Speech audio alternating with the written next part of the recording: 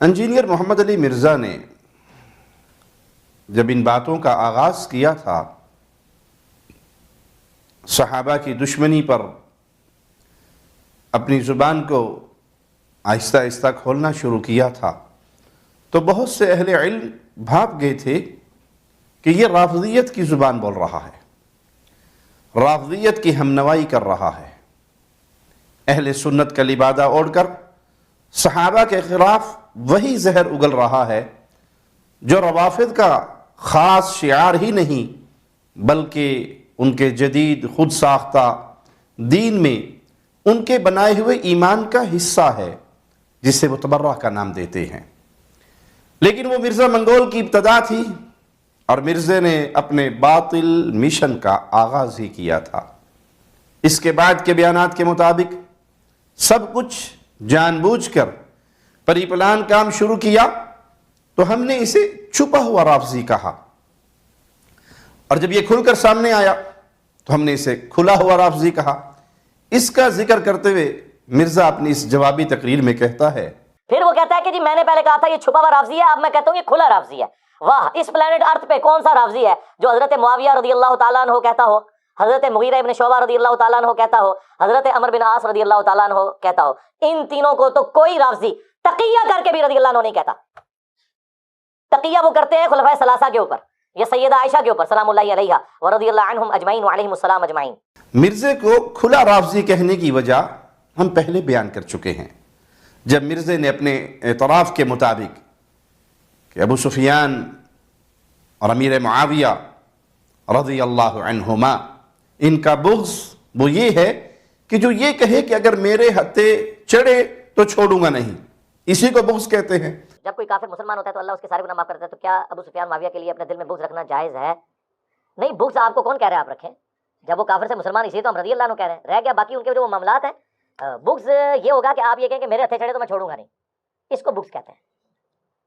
بغض یہ نہیں کہتے کہ آپ کے دل میں کسی کے لیے میل آ جائے۔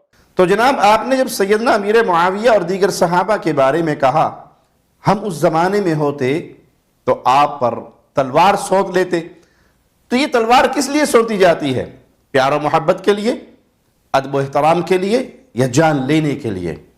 خاص طور پر اس صورت میں کہ آپ خود یہ کہہ رہے ہیں اور آپ کی قسمت اچھی ہے کہ آپ ہم سے بچ گئے، تو اب کوئی ڈھکی چھپی بات تو رہی نہیں۔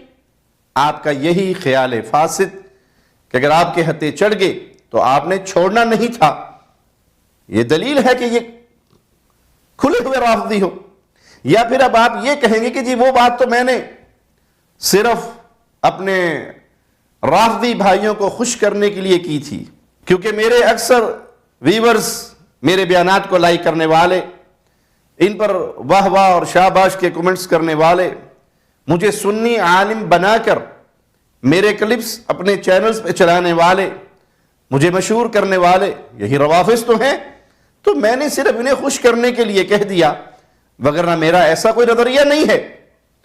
مرزا صاحب ان میں سے جو بھی صورت اختیار کرنا چاہیں کر سکتے ہیں، ان کی مرضی، جہاں تک ہمارا ان کو کھلا رافضی کہنا، اس کی وجہ ان کے اپنے بیانات ہیں۔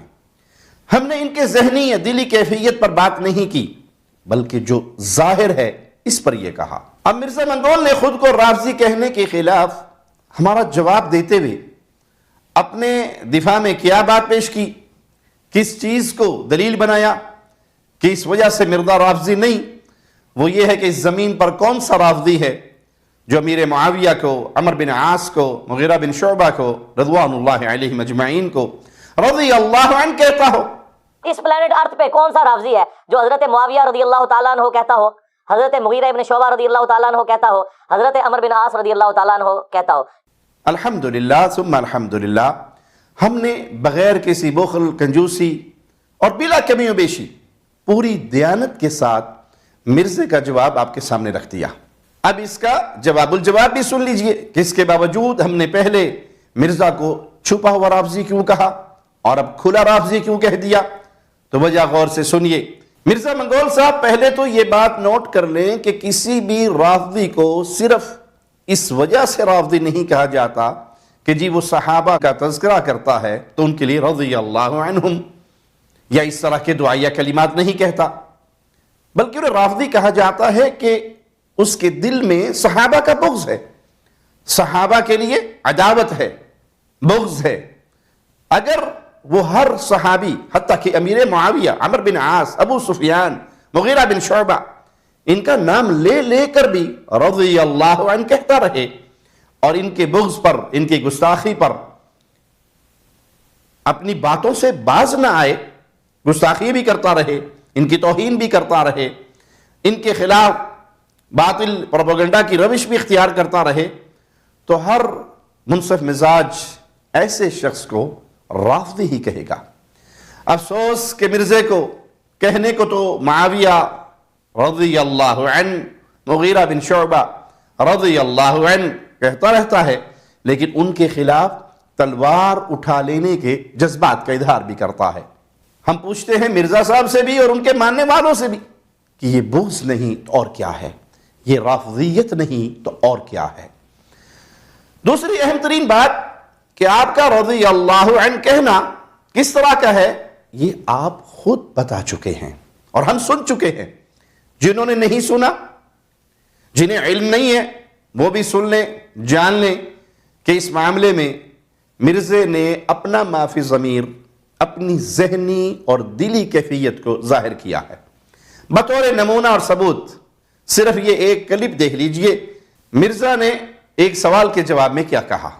آپ ماشاءاللہ اتنے بڑے عالم ہیں، عالم میں کہہ، میں تو جاہل آدمی ہوں، میرے پاس کوئی ڈگری نہیں، سب کچھ جاننے کے باوجود آپ امیر معاویہ کو رضی اللہ عنہ کس دل سے اور سوچ کے تحت کرتے کہتے ہیں؟ یار بڑی بار جواب دے چکا ہوں، چھڑ دو یار، دل پہ پتھر رکھ کے کہتے ہیں، ہمیں پتہ ہے، لیکن کیا کریں، شرعی احکام کئی چیزیں انسان کو ہضم نہیں ہو رہی ہوتی ہیں، لیکن کچھ شرعی حکمتیں ہوتی ہیں، کچھ دین کے تقاضے ہوتے ہیں۔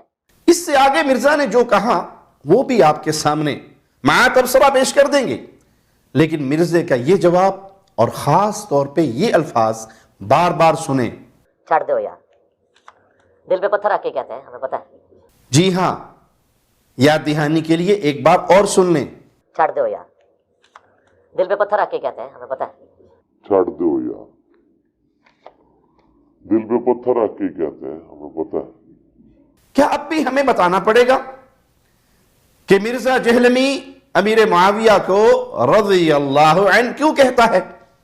دل کی خوشی سے، عقیدت سے، صحابیت کے احترام سے نہیں، دل پر پتھر رکھ کر کہتا ہے۔